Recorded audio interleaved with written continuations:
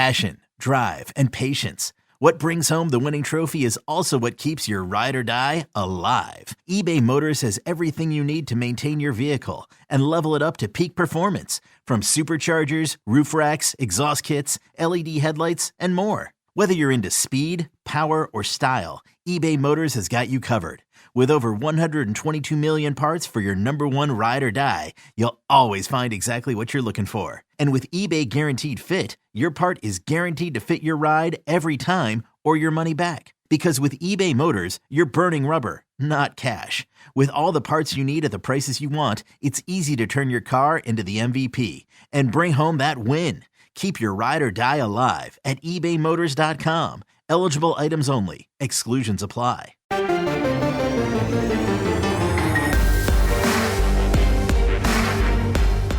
Welcome to the PowerCat Podcast, GoPowerCat.com's Kansas State Athletics Show. Make sure you're subscribing to our show at Apple, Spotify, Amazon, or wherever you get your podcasts. Now, from the GPC studios, here's your host, GoPowerCat publisher, Tim Fitzgerald. Welcome to the PowerCat Questions Podcast, sponsored by Fridge Wholesale Liquor. I am Tim Fitzgerald, publisher of GoPowerCat.com, joined by Zach Carlson, and on the line with us is Mr. Cole Carmody, who is in Kansas City. Mr. Ryan Gilbert is at work. We're dividing up the duties this week because I am leaving on vacation, and so we're recording on Tuesday. As I said, we're sponsored by the Fridge Wholesale Liquor. Make sure you stop into the Fridge whenever you stop into Manhattan. It is the largest and best liquor store by a mile in the world. In the world. I said the world. I might have exaggerated. There might be one in Hong Kong or Vegas that's better, but in my experiences, I would always shop at the Fridge if given a choice. It's right at the corner of Claflin and Westport here in Manhattan. Make sure you stop by. It's in the old Blockbuster building where they have Blockbuster good deals on booze. Cole, what's going on in Kansas City? Didn't you, speaking of booze, you can buy Boulevard products at the Fridge. Didn't you just tour Boulevard Brewing? I did, yes. We have some family in town, and so decided to, surprisingly, the family from Kentucky was the ones who said, hey, let's go visit the brewery. And me, who's lived in Kansas City my whole life, having never visited, said, that sounds like a great idea. On top of that, I also have baseball practice tonight, so I made sure that I limited myself on the actual product to make sure that, didn't want to have any conflicts of interest. Very disappointing. I would have limited myself to 12 beers. 12. Did you have one that you particularly liked? Did you sample a little bit? So, yeah, they had a bunch of stuff. There was it was a whiskey barrel type of beer, a dark beer. Not a big dark beer fan. I tried it. I was really impressed. And they also have the canned mixed drinks, kind of what we sampled on the podcast last week, actually. Speaking of samples, I know somebody said, hey, you should have a podcast called The Sample. I don't know. They sell those in Manhattan. I'm assuming they sell them at the Fridge. If not, you can go on the Fridge and find out, right? So there we go. Check it out at the Fridge. Cole, I bet your relatives from Kentucky enjoyed the whiskey barrel beer. Yes, that's exactly what they got. Yep. Yeah, of course. Of course. Zach, how are our questions? Pretty good. We're going to keep it short so Fitz has a limited workload. Oh, I like it. For this week. But they're good. I think they're very good for what we got. So on today's agenda for myself is I've already recorded a great Q&A podcast with Ryan Wallace and Avery Johnson. I was just kind of hanging out listening. That appeared Wednesday at Go PowerCat. This is the Questions podcast that is popping up Thursday morning in your lifetimes, and then we'll have the overtime for Friday. Busy day. I would love to get in a Life of Fitz, but I couldn't find anyone to book on short notice because I'm not a planner, Zach. I'm just not. Do a good job. We'll get those rolling here in June. It is almost June. It's June now that you're listening to this podcast. It is June. It's June.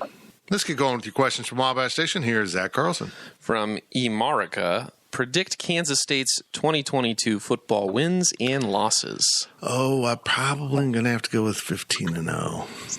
That's a lot of wins. It's just as easiest. That way I don't have to go through the games, and I can just list off all the wins. They're all wins. So He wants us to go one by one each game, I'm assuming. Yes. Is that right, Zach? That is about what I would anticipate. Okay, let's South Dakota, Missouri, Tulane. 3-0. I think they should be 3-0. The only game, obviously, that you have any kind of pause there is Missouri. But I did put it this way. If Gary Bohannon, the Baylor transfer quarterback, I know he was looking at Mizzou. If he would have gone to Mizzou strictly based off of quarterback play, that game would have given me a little bit more pause. But the fact that you're playing it at home, I think gives K-State the advantage. So I'm going to say 3-0. Okay. Then they go to Oklahoma. I love this. Starting off the Big 12 with Oklahoma kind of stinks. But this, again, reminds me of the year where Spencer Rattler was the new quarterback. K-State got him. They beat him early in the season. Now they get Brent Venables in a rebuilt roster. I just hope there's no other parallels to K-State playing OU first. Yeah. As that season. Yeah. So I think they'll lose, but I'm not going to be shocked if they win. I think this game's interesting to me because I'm not too confident. I feel like every single time that Oklahoma is good, it is when they have a returning quarterback. Even look at the Spencer Rattler situation. I mean, those last 2 years, if you want to say Caleb Williams, he wasn't a returner. He's obviously gone. They had the 1 year of Spencer Rattler where K-State beat them. When they have a returning quarterback, I guess you can throw Jalen Hurts even into that mix, right? I mean, it feels like whenever there's a new quarterback at Oklahoma, K-State has a very good chance to win. I'm not going to go out on a limb and predict a W in this game simply because I think the talent level of Oklahoma is better than the talent level of K-State. But I'm also not sold on Dylan Gabriel. As many questions as there are about Adrian Martinez, I have those questions with Dylan Gabriel. I mean, you talk about coming off of an injury. He had a season-ending injury last year. He didn't even play that much. So there's lots of question marks for Oklahoma. As much as we talk about question marks for K-State, there's a lot of question marks for Oklahoma. Out of some of these road games, it wouldn't surprise me if K-State won, but I have to pick Oklahoma in this game. Yeah, go OU for the same reasons. Okay, so we got Fitz said. The Cats at 3-1, 0-1 in the conference to come home and play Texas Tech, also with a new coach, right? No, 2 years in on their coach. No, that's new coach. New year, That's right. New year. Yep. They fired. That's right. He's mid-season. been around, but Actually, they fired him right after K-State beat them last year. The unthinkable. Will they fire their coach after K-State beats Tech again? I doubt it, but K-State will beat Tech. Yes. Agreed. Okay. 4-1. 4-1. Then they go. This is crazy. This is a 4-5 year for Kansas State, meaning they have 4 home games and 5 road games in the 9-game Big 12 schedule. But they start with 3 out of 4 on the road in the conference. So after getting Tech at home, they go to Iowa State and TCU in back-to-back games. There's an off week in between those two. But where do we sit on getting wins at Iowa State and TCU? I think they split them. I don't think that I don't think there's any strong argument to make they're going to beat TCU or they're going to beat Iowa State or they're going to lose, one of those two games. I don't have any specifics there. I just think that, over the course of a season, it's really easy to sit here and say, hey, I don't think Iowa State's as good as as they've been. K-State's going to for sure win that game. And then they go off a week and then saying, hey, TCU's also has really never been what they've always claimed to be. I think K-State can win that one. I think that it's, over that 3-week span, especially with the bye week, I think they still split. I think that you kind of got to group those games together and say after those two, they're going to be 5-2. Cole?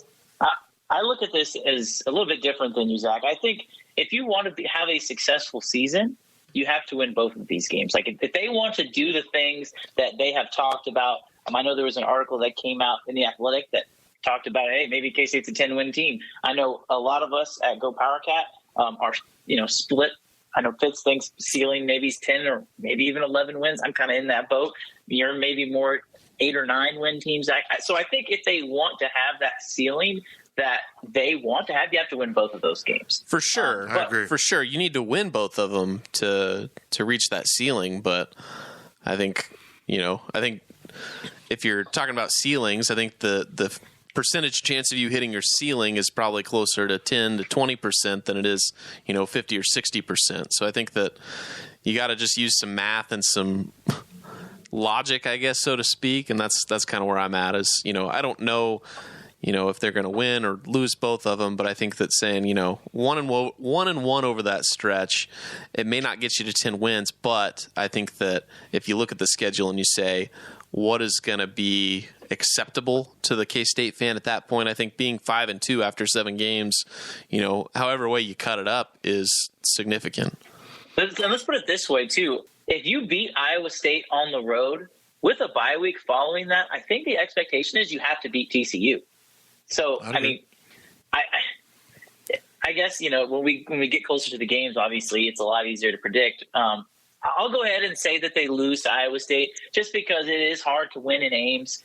I think that has the potential to be a night game. I mean, you guys, maybe it's been a night game last year. I'm going to say it's going to be 11 a.m.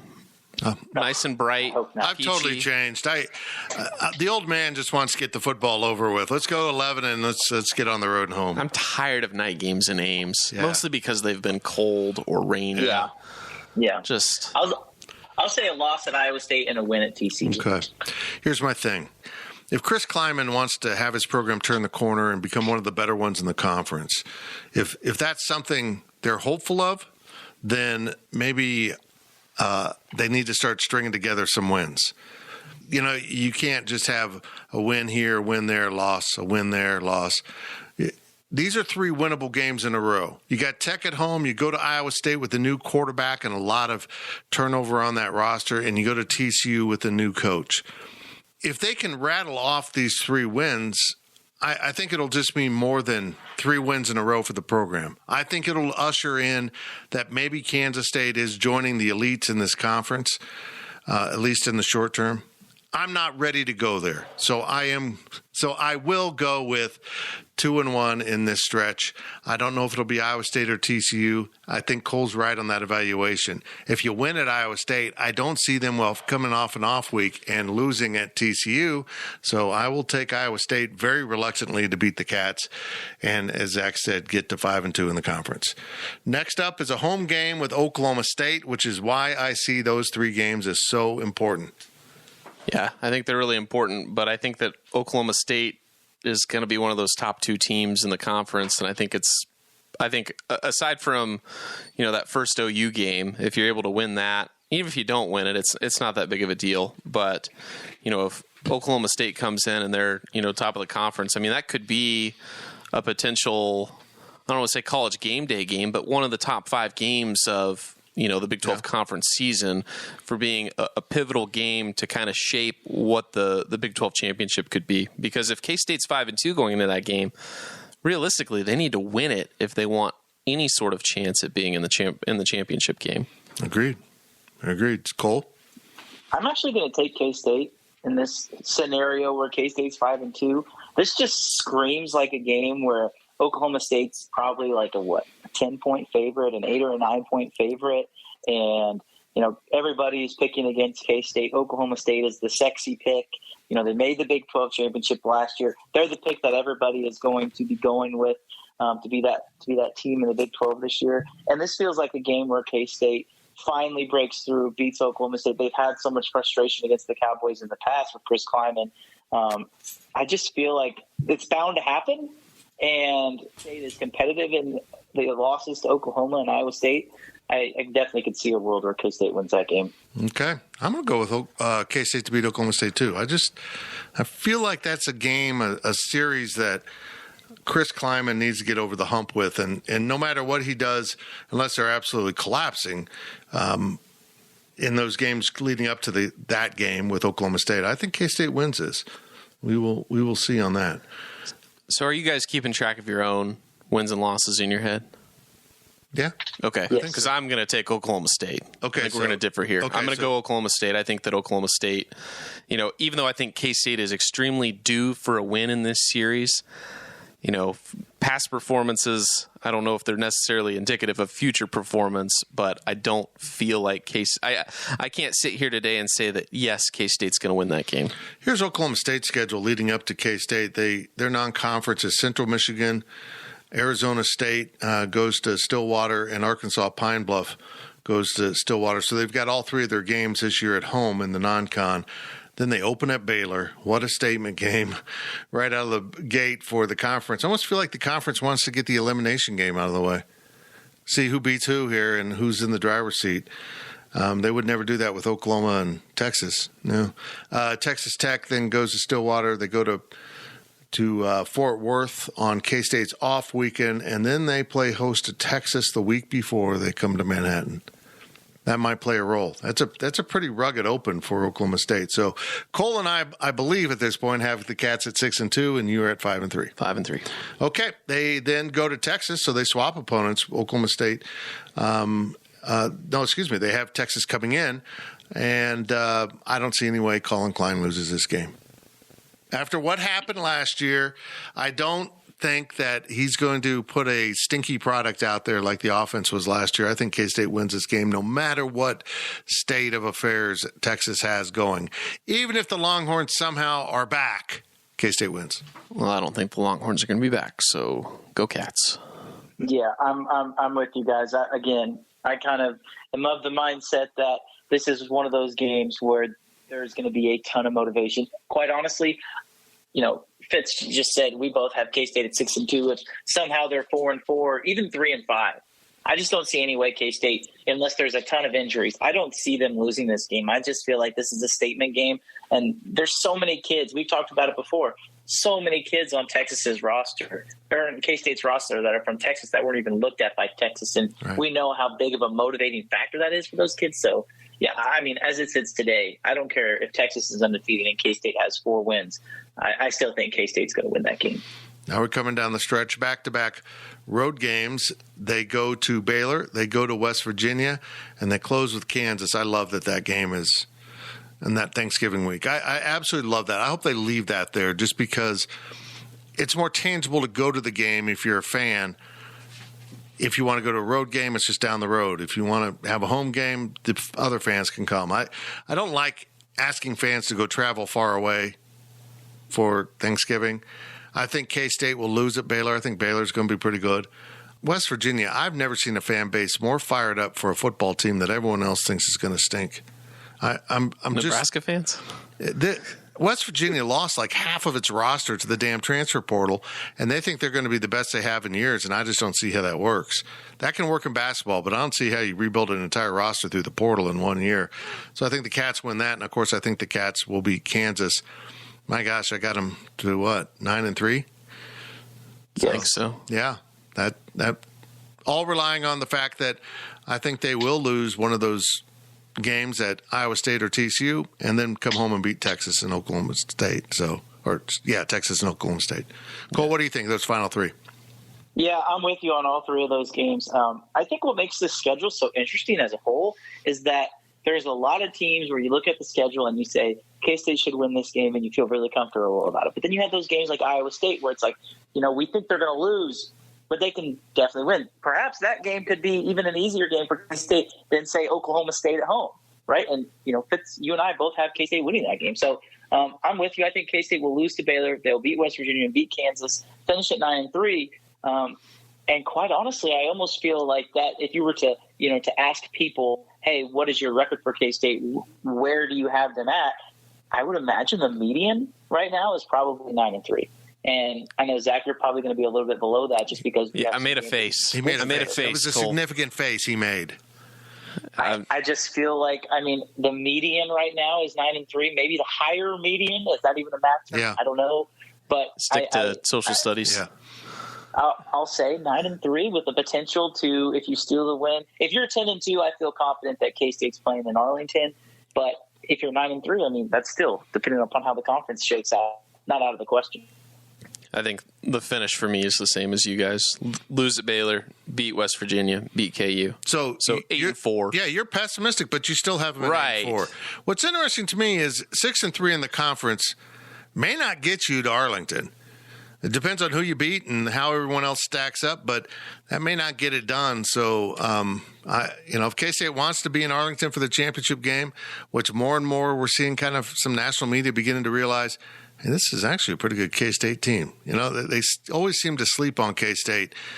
I think with Adrian Martinez coming in, the optimism around him, and we're hearing pretty good reviews of him. We will find out if he gathers himself and Colin Klein can get him on track. I think this team could be in Arlington, but 6-3 in the conference may not do it. So even Cole and I, being optimistic, if you want to say it that way, at 9-3 overall, may not get him to the championship game. We'll see. I think it's funny how we're only one game apart, but we have two different outlooks, I guess. Yeah. But even then, I could probably say, I'm probably a little optimistic with that one extra game. I'd still probably pick them at 7-5. Again, it's time for this program to climb on top of some of these programs that have offered an opportunity to go below K-State in the pecking order, and that includes Iowa State and TCU. That certainly includes West Virginia. So K-State needs to climb over those programs. They're already probably above Tech and certainly Kansas, and definitively let them know that this is the way it's going to be moving forward, and then back that up with a big recruiting class. So it's going to be a fun year. Next question is from Colcats3. How do you feel about the first 3 kickoff times announced, with 2 out of the 3 games being on ESPN+? Doesn't shock me. That ESPN Plus bought the rights to the Tier 3 rights for most of the conference, and that'd probably be the South Dakota game. But it gets confusing because now they just use it as a platform to put on other games. So if you had the Big Ten network, you sold your rights to Tier 3 rights to the Big Ten network, you might have that game on there and a couple others. So if you look at ESPN Plus as kind of the Big 12 version of a network, it doesn't bother me that much. I think people are getting acclimated to it. And I think Zach and I pretty much called the kickoff times. Yeah. I got the Missouri network wrong, but I didn't. See, I figured that Fox would want an SEC team on their network. Yeah, it must come down to pecking order on that weekend of picking. So, yeah, they've got South Dakota 6 p.m. on ESPN Plus. Then the following Saturday, September 10th, 11 a.m. Missouri on ESPN Deuce Vaughn. September 17th, 2 p.m. Tulane. I love it. Bill Snyder Family Stadium. It is Fort Riley Day, University Family Day, Cole. So bring your relatives from Kentucky to the Tulane game, because nothing says family like New Orleans. Here's my question about all of this, and Zach, maybe you know this, or Fitz, maybe you know this better than anyone, but if you're going to have the game on ESPN Plus, specifically I'm referencing this Tulane game, remember how awful and how hot it was against Nevada? Was that not a 2 o'clock kickoff? It was a 1:30 or some kickoff in there. Are you not running into potentially the same problem here with heat being an issue when you play this game? If you're going to play it on ESPN Plus, why not play it at 6 o'clock when we talk about local businesses a lot on this podcast, but I mean, people are going to be down here. They're going to have to stay at least for one night. So I would really think. I think so. If you ask local businesses, those midday kicks are the best for their business, because anyone coming to town can drop through the bars or restaurants before kickoff. And then if you're staying and you're out all night. So that's probably why they did it. I mean, it's probably a tip of the hat to the local community because it is so good for the businesses. So the first game is that kind of family reunion type game. Every year for the last however many years, probably 10 years, that would be my guess, is that first home game or the reunion game, so to speak, is a night game. They always lead off the season, 6 o'clock. It's late August, early September. It's hot. They do it there. But then I believe that other game, your non-marquee game that's getting selected for television, like the Mizzou game, your Nevada game, when they played UTEP or, whoever in the past, Tulane this year, I think that's kind of a coach's pick, or where does Chris Kleiman want to play that game? And I think that he's probably in the same mindset of Bill Snyder saying, hey, let's play this, early afternoon, mid-afternoon. It's good for the local community. You don't have to spend a night. You can drive in 4 hours, watch the game, drive out 4 hours, and still, wherever you are in Kansas or in the surrounding states or areas, if you're a K-State fan, a 2 o'clock game is a very attainable drive if you want to get there. So I think that that's kind of the way they look at it. But I like when K-State plays on ESPN Plus, especially from basketball. It's way better than playing on ESPNU. It's way better than playing on ESPN News. You get to log in, pay $7 a month or whatever you're paying annually, $70, I don't know.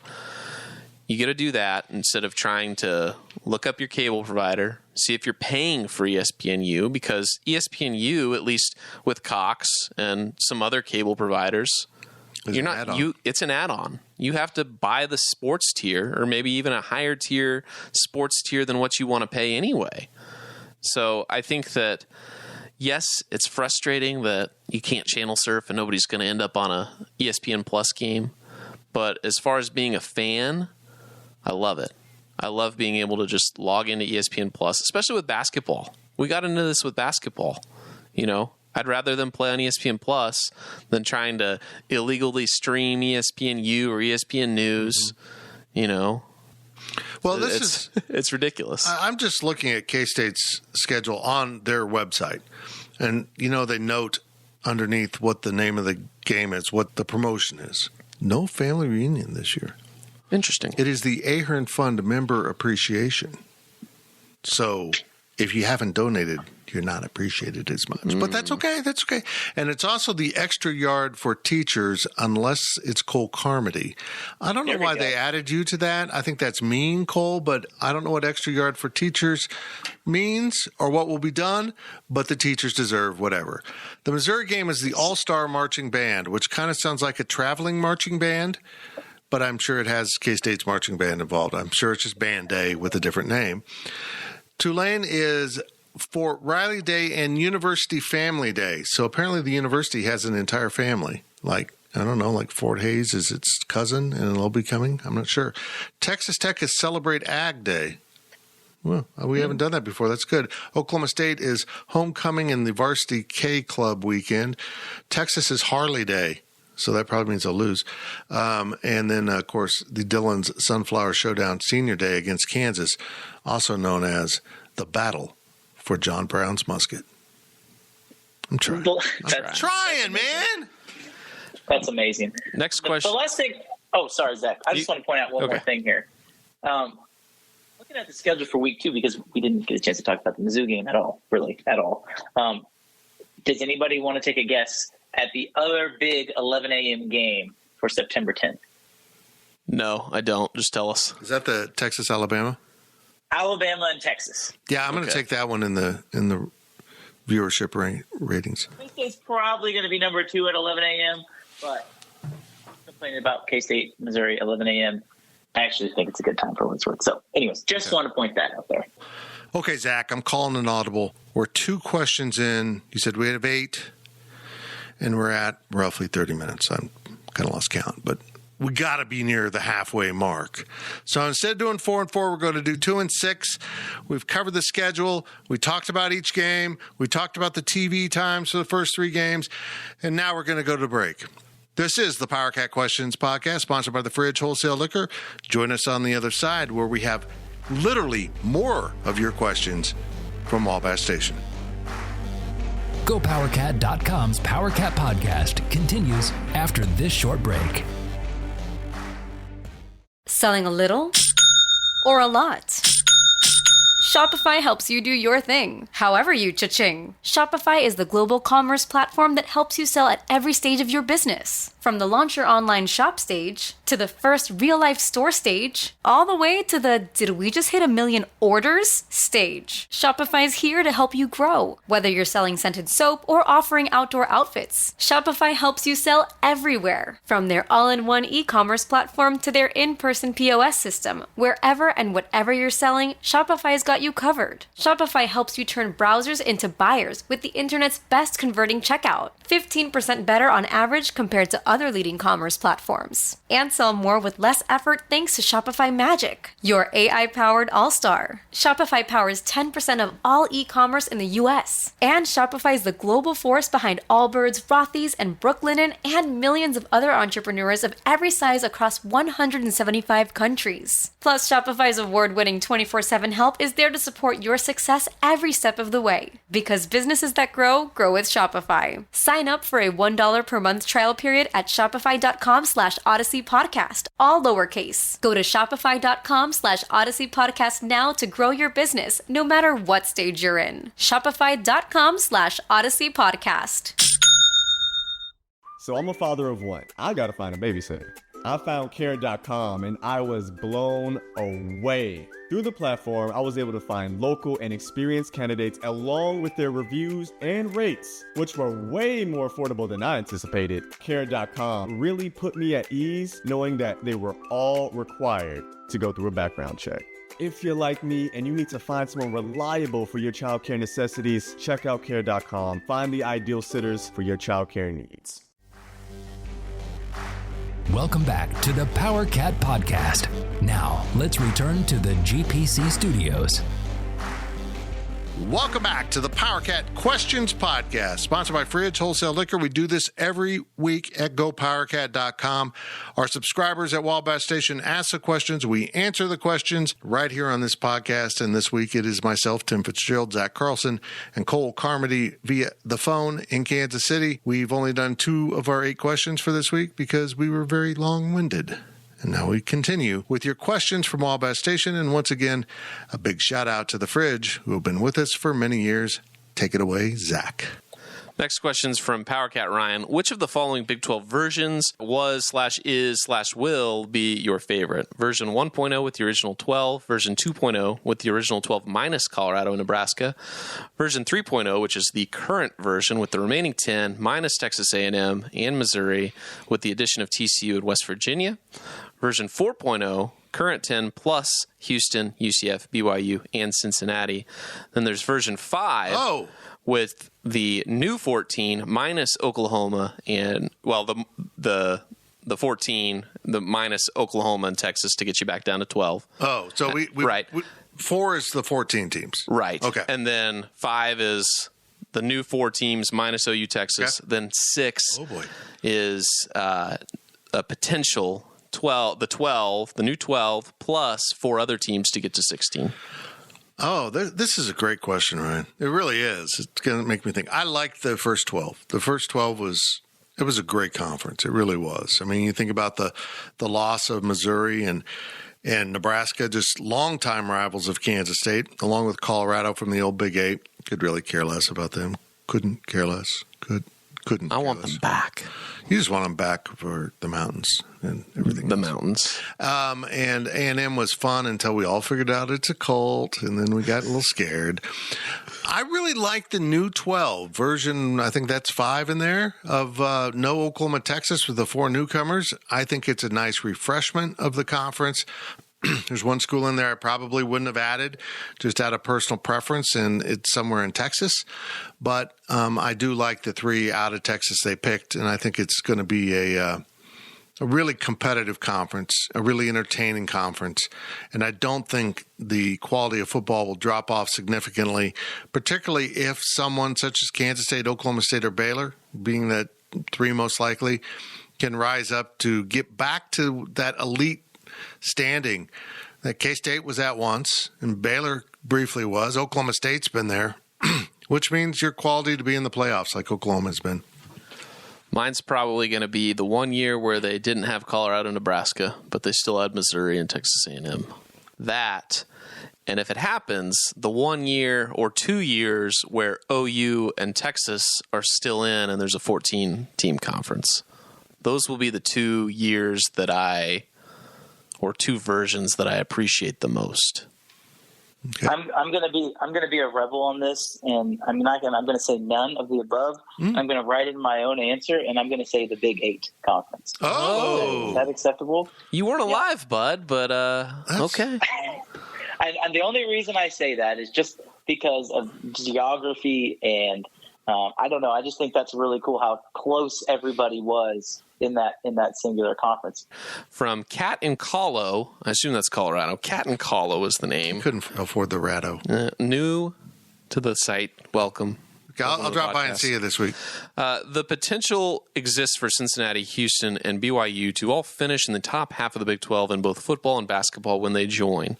If that were to happen, what would that say about the Big 12 and K-State if they finish below these 3 schools? That would stink. That would really – the conference in basketball is going to be better. I'm just going to say that. I mean, you had the likes of Houston, which has been Final Four quality the last few years. BYU is always solid. You just go through the list. UCF has the potential to be really good, even though they haven't been, and Cincinnati's had its moments in basketball. I think the conference is going to be ultra competitive. I think if you're Kansas, I'm not worried about K-State. If you're Kansas and you find yourself in a realigned conference with 4 new schools and you get pummeled by them, you're mired. You're stuck. This is a huge year for them to get something going, because if they don't, I have come to believe that Texas and Oklahoma won't be in the conference in 23. They'll figure that out. I've been thinking that all along. Then it looked like it would be a couple years, but now there's a lot of talk of them leaving. So if in 2023 Lance Leipold can't get above the 4 new teams or whatever teams he plays out of that mix, it's big trouble. But I like the fact that all these teams can be competitive in football from day one.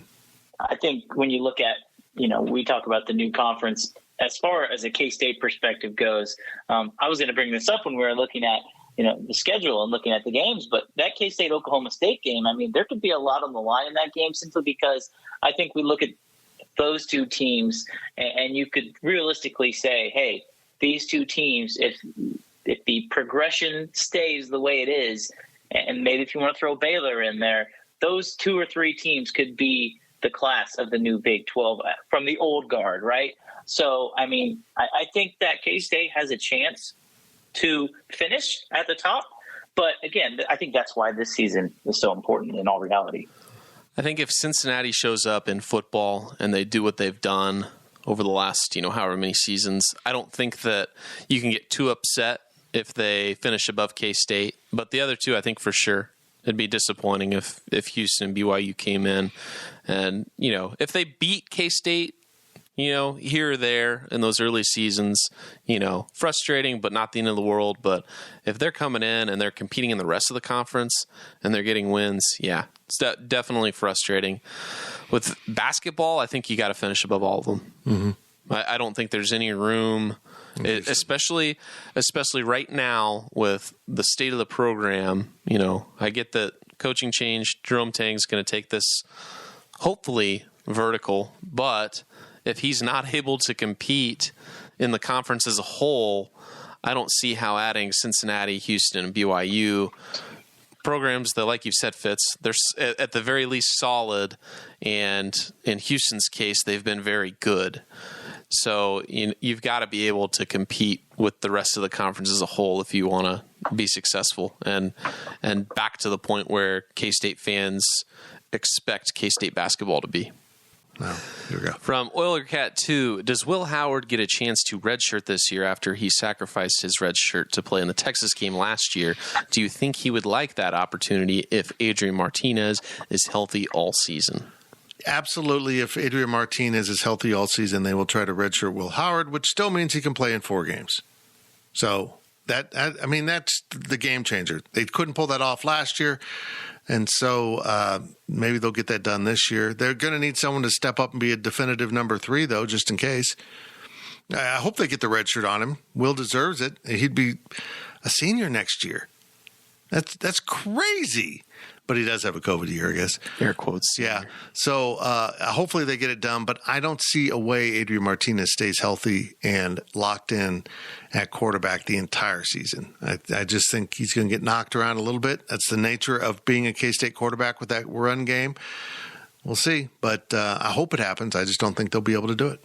I think if Will Howard plays this year and forgoes his red shirt for the 3rd year in a row, I think that just tells you what you need to know about Jake Rubley. If you're trying to preserve Will Howard's red shirt, and if Adrian Martinez gets injured and you play Will for 4 games and you still have, games where Adrian's injured, and it comes down to, do we let Will go out there? Because he's clearly the best option outside of Adrian Martinez right now. So if Jake Rubley's not ready to step in when he doesn't have a COVID year to burn, he's used his red shirt last year. It's at the very least, if they do decide to go with Jake Rubley in this scenario, Will Howard could very well be passed if Jake Rubley is good enough. Because if Jake Rubley's given the keys to the car, and if Will Howard's trying to preserve that red shirt, it could be an interesting situation if it comes down to that. The question asks is, does Will Howard want to be redshirted, and will K-State use his redshirt? I honestly think that no, Will Howard will not be redshirted, not only because you have Adrian Martinez, who is very injury prone in the past, but I do think they're going to find ways to get Will in the game because, let's be honest, guys, Will does things that is different. I mean, he's just different. We saw him take off and run down the field against Texas last year. Say what you want to say about that game, but that was probably one of the most impressive plays of the entire season when Will Howard ran 80 yards past Texas to get to the end zone. And on top of that, you throw in the fact that he's 6'4", 6'5". He's a big kid. I think they're going to find ways to get Will Howard on the field, and I'm not sure Will Howard wants to be redshirted. I mean, you've gone through this yo-yo effect. I mean, if they come to him and say, hey, Will, do you want to have the same role you did last year and maybe keep your redshirt, or do you want to be involved in the game plan? I would have to think that Will, especially having that extra year, I would think he'd want to get into the game. And the only other thing I want to point out here is, it depends on who they have at quarterback and, quite frankly, who they have coming in at quarterback. If they feel comfortable in their quarterback situation, I think that could play into it as well. So I would expect to see Will Howard. I also expected to see Will Howard last year, and we really didn't get to see him as much, partly because they wanted to keep that red shirt. But I think you either don't play him at all and don't even try and risk it, or you get him involved early in the season. And I think if he is involved early in the season, then that'll be a telling sign. Next question is from Wyatt Bollinger, 15. Start one, bench one, cut one. Michael Bishop, L. Roberson, Colin Klein. Okay, this is easy for me. It really is. It seems challenging, but I saw this on Twitter, so I've already thought this through. I start Michael Bishop, but I've got Colin Klein on the bench in case Mike has one of those Mike games where he throws interceptions and just doesn't quite look like Mike. And I'm sorry, El, I love you, man, but you're number 3 in this group. You're going to have to go. Is he? I think so. I think it's pretty clear he's number 3. I think you're probably right. Cole, your thoughts? It's hard for me because I have not watched those two guys in L. Roberson and Michael Bishop as much as I've watched Colin Klein. And so I want to lean towards starting Colin Klein just because I've seen the kind of player he is. But, I mean, are we going to take into account who's calling plays? I mean, hey, if Colin Klein, the offensive coordinator, is calling plays, maybe it looks a little bit different than if Phil Snyder's calling plays. I'm going with Michael Bishop. Michael? He's my quarterback. Who's getting cut? I think L's got to get cut. I think you're right. I think you're right. Sorry, L. Sorry. Yeah, L's getting cut from me, too. I'll go Colin Klein 1, Michael Bishop 2, and L. Roberson 3. You can't go wrong with either. If your quarterback depth is Bishop and Klein, no matter who starts and who backs up, you're a pretty damn good football team. Those are two great quarterbacks who fit K-State's system just perfectly. Next question is from Call Me T22. Which team on campus could benefit or do the most with a total uniform redesign? Can be guys, girls, revenue, or obscure. That's a great weird to call the Olympic sports obscure. Obscure. Men's basketball has to be the answer. I think you're right. That has to be the answer. I think they've got one jersey. As I sit here right now, it seems like they've got one jersey.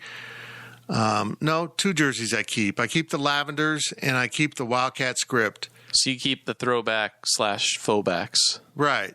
And then I redo the, I get a purple that's better. I don't like all the design work they have on their uniforms. I wouldn't mind a light gray uniform. I think they could do some really cool stuff, but they try. All the swooshes and different colors, and I'm just not into it. I like simple, clean uniforms with some pinstripes, or maybe just a solid pant, a solid short with the Power Cat on the side. I got no problem with that. I just think they get too busy with their designs. I think that their current designs don't align with the rest of design in college basketball. Right. I think that recently we've seen a trend of simple is more, so to speak, and I think that the shorts, especially the black shorts with the Power Cats on the butt, or not the butt, but like the bottom edges of the shorts, they just look weird. I'm going to say this, though. I think that women's sports in general, at least with Nike and probably the other sports too, or other uniform companies, probably Under Armour and Adidas do the same thing, but everything is so template-y. When you look at a volleyball uniform, both teams are, if they're Nike, they're wearing the same uniform in a different color. Same pretty much goes for soccer, women's basketball. Maybe women's basketball's gotten a little bit better over the years, but you look at those sports and you're just like, you could have bought this off a rack, at the uniform store or whatever. There's no thought or design. But at the same time, it's not like very many people are going to those games and watching either. But that's what I would do, is get something more bespoke for those sports. What about a cream-colored men's basketball jersey? And I'm going to take and steal that from baseball because I don't know if you guys have had a chance to see, but I think baseball does it right. They have a bunch of different jerseys, and quite honestly, I think all of them are great. I think if you were to get a cream-colored basketball jersey, I think TCU does one of those. I don't know if you guys can remember what I'm talking about. No. OU is who does the cream because it's crimson and cream. Would that be a good look for K-State, or are you more of a traditional, let's just stick with what the school has? I think cream's cool, but cream's like an OU thing to me. Yeah, I'm not. It's not a K-State I'd like to thing. see it. I'd like to see what it looks like, but I don't know that I'll be in on that. You could call it Call Hall Cream. Ooh, I like it. Ugh. I also want the big game grays back. I know people are going to crush me for that, and that's probably one of the only opinions. I have a lot of opinions, but that's one of my only opinions that I'll actually die on a hill for. And maybe that's because I have the nostalgia of Jacob Pullen and the Frank Martin era of wearing those jerseys in huge games and then having major success. But I want gray uniforms, and I want to call them the big game grays. So that's what I'm going to do. That's a dumb hill to die on because those uniforms did not look good on television at all. Thomas Gibson sweated through everyone's uniform. The problem is they didn't get the colors right for the numerals and the trim. Black trim with purple numerals on dark gray isn't good. Got to go with white. Some kind of gray jersey would look good. Purple. Yeah, I like a lighter gray. I mean, I'd like not a light gray, like a pale gray for like the 90s silvers. Yeah, closer. Yeah. Close to those. Yeah. A little more silver. The Reebok days. Yeah. Ooh, yeah, now we're talking. Last question of the podcast, and it is also a uniform question from Itane BB. If I am not mistaken, which he is not, I think Bob Huggins brought the black uniform to K-State. Is there any new color you think Jerome Tang could introduce to the program? No. Tom Asbury added teal. But they never wore it on a uniform. No, I know. I think they should totally... No! Hang on. Hear me out. Oh, no teal. Hear me out. Oh. Hear me out. For one game, you do kind of like almost like a minor league type event. You know how they'll change... Like the Wind Surger, the Turbo Tubs on Thursdays, and they have a different logo and different uniform, something like that. Do a silly, uniform for one game or 1 week in December or something where you have teal uniforms and fuchsia security shirt type thing. Like just make a whole 90s K-State uniform that never was, but takes from what Bramlage was during that Tom Asbury teal time. Cole, help me here. I mean, I was just going to say lavender, and quite honestly, is Jerome Tang popularizing the lavender more because they are going to feature more lavender things. I don't think it's necessarily Jerome Tang. I could totally see the athletic department trending towards using lavender because it's such a unique color. No one else is using lavender. No, it is. I love it. And, just going up to athletics for press conferences or anything, you see staff all wearing lavender. They're either wearing white, purple, or lavender. Like, there's no black left. Very rarely. Someone wore black into a press conference.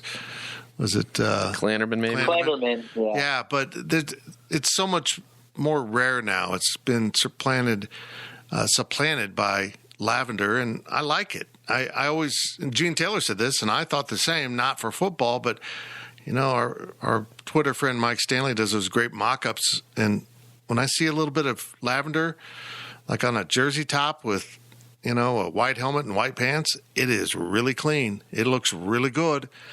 I kind of hope the university does it for exactly what Zach said. It is a unique look to Kansas State, period. If you turn on the TV and you see lavender, it's not Northwestern. It's not another purple school. It's Kansas State. It's not TCU. They're the ones with the purple and black. It's K-State.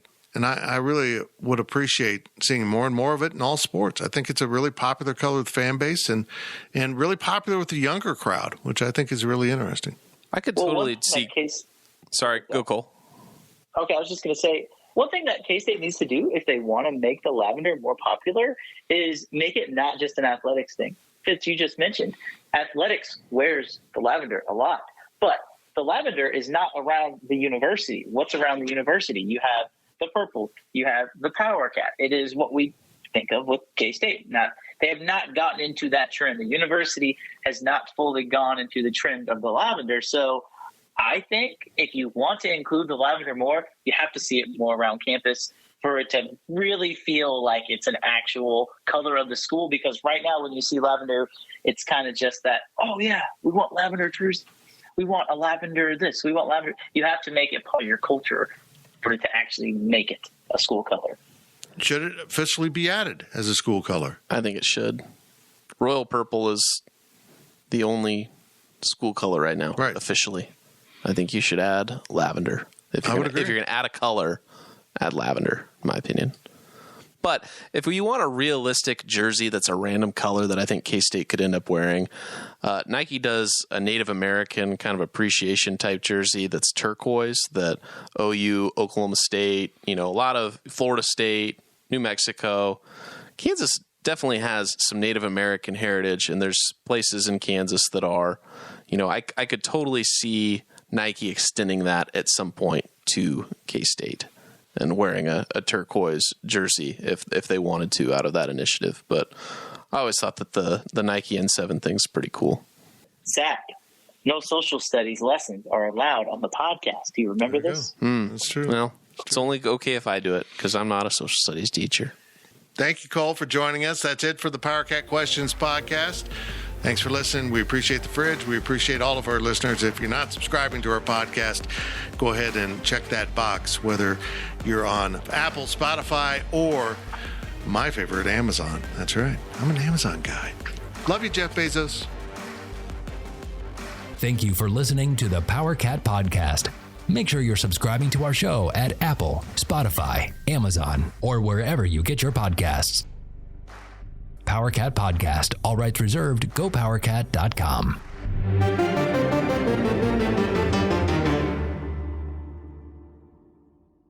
With Blue Link Plus, you can access your Hyundai Tucson Limited remotely. Doors unlocked, temperature set, lost car found. There it is. Get complimentary class-leading Blue Link Plus. Call 562-314-4603 for complete details.